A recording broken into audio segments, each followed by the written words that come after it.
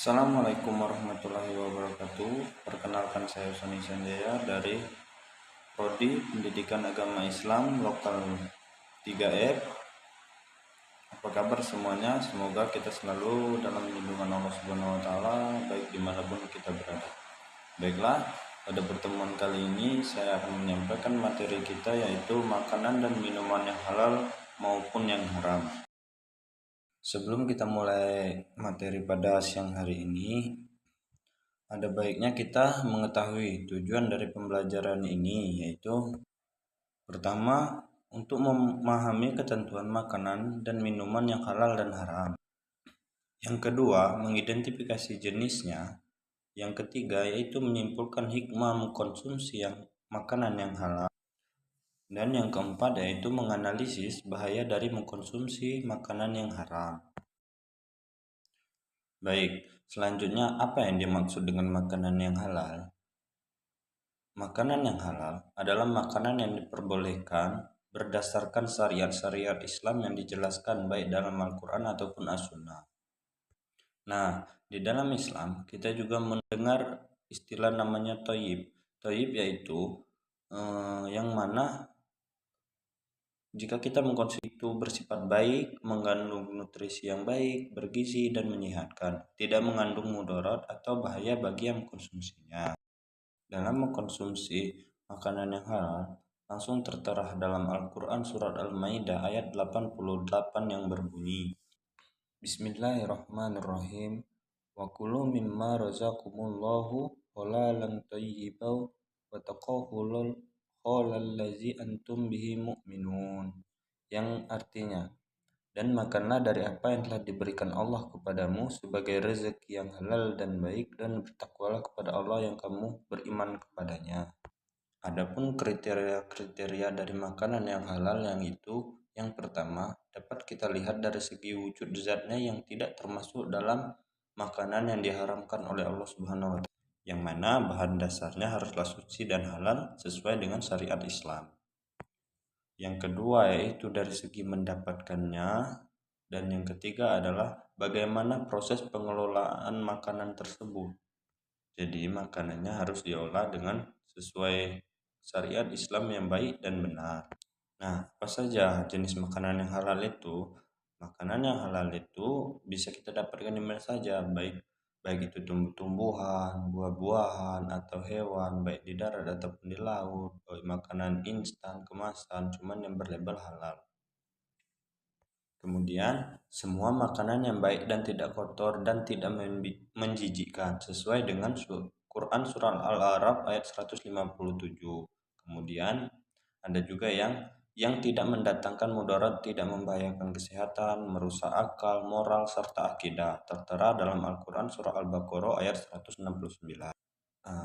Selain itu, adapun contoh-contoh makanan yang halal itu sebagian dari seperti contoh hewan ternak, bisa dari sapi, ayam, kerbau, kambing, atau unta, bahkan domba, dan lain sebagainya. Adapun yang dari segi di air itu bisa cumi, bisa ikan, dan lain sebagainya. Dan selain itu juga ada binatang-binatang buruan seperti yang dari hutan, yaitu seperti kijang, kelinci, ayam hutan. Maka itu diperbolehkan karena dihalalkan oleh Allah Subhanahu wa Ta'ala. Nah, selain dari itu ada juga jenis-jenis makanan yang haram. Semua makanan yang langsung dinyatakan dalam Al-Quran surah Al-Maidah ayat 3, seperti bangkai, darah, daging babi, hewan yang sembeli bukan atas nama Allah, tercekik, dipukul, jatuh, atau ditanduk, atau didapatkan dengan cara-cara yang tidak sesuai dengan syariat Islam, seperti diterkam hewan buas, disembeli untuk berhala, atau lain sebagainya. Kemudian ada pula jenis makanan yang haram, yaitu yang kedua, yaitu yang mendatangkan mudarat atau bahaya, seperti mabuk-mabukan, ataupun dari hal-hal mencuri, atau memalak, atau korupsi, yang mana tertera dalam Quran surat An-Nisa ayat 29. Kemudian bahan-bahannya itu seperti kotor dan menjijikkan. Nah, kemudian pembahasan kita yaitu kita membahas tentang minuman yang halal. Bagaimana dengan minuman yang halal? Minuman yang halal itu yang minuman yang suci, yang diprosesnya tidak najis, kemudian yang dikelola dengan menggunakan bahan yang baik-baik dan tidak mendapatkan mudarat seperti memabukkan ataupun lain sebagainya. Banyak jenis minuman-minuman yang halal itu seperti air di sungai, air terjun, air di sumur, susu, dan lain sebagainya. Ada pula makanan-makanan yang haram, seperti contoh minuman yang haram itu seperti contoh miras, sejenis-jenis tua, atau yang berlabel khamar lah, yang bisa mendatangkan mudarat bagi peminumnya. Adapun ciri-ciri dari air itu halal yaitu pertama tidak memabukkan, tidak mendatangkan mudarat dari segi badan, akal, jiwa, akidah, kemudian tidak najis, lalu didapatkan dengan cara yang halal. Kemudian ada pula ciri-ciri minuman yang haram. Yang pertama yaitu minumannya memabukkan, sejenis khamar dan lain sebagainya. Kemudian minuman yun yang berasal dari benda najis atau terkena air kencing kucing atau lain sebagainya, atau terkena jilat anjing, itu bersifat najis, maka itu minuman itu menjadi haram. Kemudian didapat dengan cara batil, tidak benar, bisa jadi dengan mencuri, bisa jadi dengan memalak, bisa jadi dengan mengambil hak orang lain tanpa sepengetahuan orangnya, kemudian berasal dari tanah. Nah, selanjutnya apa hikmah dari kita mengkonsumsi makanan yang halal tersebut? Bisa jadi yang pertama yaitu membawa ketenangan dalam hidup.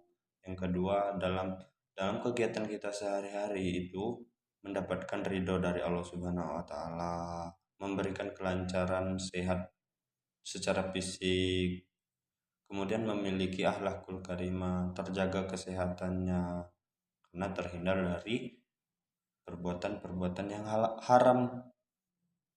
Nah, selain itu, apa saja bahaya dari kita mengkonsumsi makanan dan minuman yang haram tersebut? Yang pertama yaitu amal ibadah tidak akan diterima dan doanya tidak akan dikabulkan oleh Allah Subhanahu wa taala, karena apa yang kita makan dari diperoleh dengan cara yang haram atau makanan itu sendiri haram, semuanya akan menjadi darah daging kita, maka ibadah kita tadi, kita bawa sholat itu tidak akan diterima dan tidak akan dikabulkan oleh Allah Subhanahu wa taala apa yang kita doakan. Kemudian merusak jiwa kita, selanjutnya menyebabkan berbagai penyakit, baik itu penyakit psikologis, gangguan jiwa, daya ingat, mental, daya pikir, dan lain sebagainya. Yang selanjutnya itu menimbulkan beban mental, baik emosional ataupun sosial, karena cara yang mendapatkan itu tadi itu dengan haram ataupun dampak dari makanan haram tersebut atau minuman yang haram tersebut. Nah, yang kelima yaitu menghancurkan masa depan atau mengganggu kesehatan tubuh, baik itu kanker, liver, tekanan darah tinggi, jantung, jaringan saraf otak, atau menghalangi mengingat Allah Subhanahu wa taala yang tertera dalam Al-Qur'an surah Al-Maidah ayat 91. Jadi, dari materi yang telah disampaikan tadi, dapat kita tarik kesimpulan bahwa makanan yang baik dan halal itu ada dan statusnya tersendiri yang sesuai dengan Al-Quran dan As-Sunnah yang banyak dijelaskan oleh para nabi terdahulu ataupun dijelaskan langsung dalam Al-Quran. Kemudian dari kesimpulan juga kita dapatkan bahwa mengkonsumsi baik itu makanan ataupun minuman yang haram itu mendatangkan mudarat yang berakibat baik itu daya pikir, psikologis ataupun tentang hubungan kita dengan Allah Subhanahu wa taala. Jadi kesimpulannya, marilah kita sama-sama hindari makanan minuman yang haram karena itu tidak akan mendatangkan kebaikan kepada diri kita sendiri. Mungkin itu saja yang dapat saya sampaikan. Yang saya sampaikan tadi mendapat hikmah dan pelajaran yang untuk kita semua. Jika ada baiknya silahkan diambil, jika ada buruknya silahkan dibuang. Saya akhiri, wabillahi taufiq wal hidayah. Wassalamualaikum warahmatullahi wabarakatuh.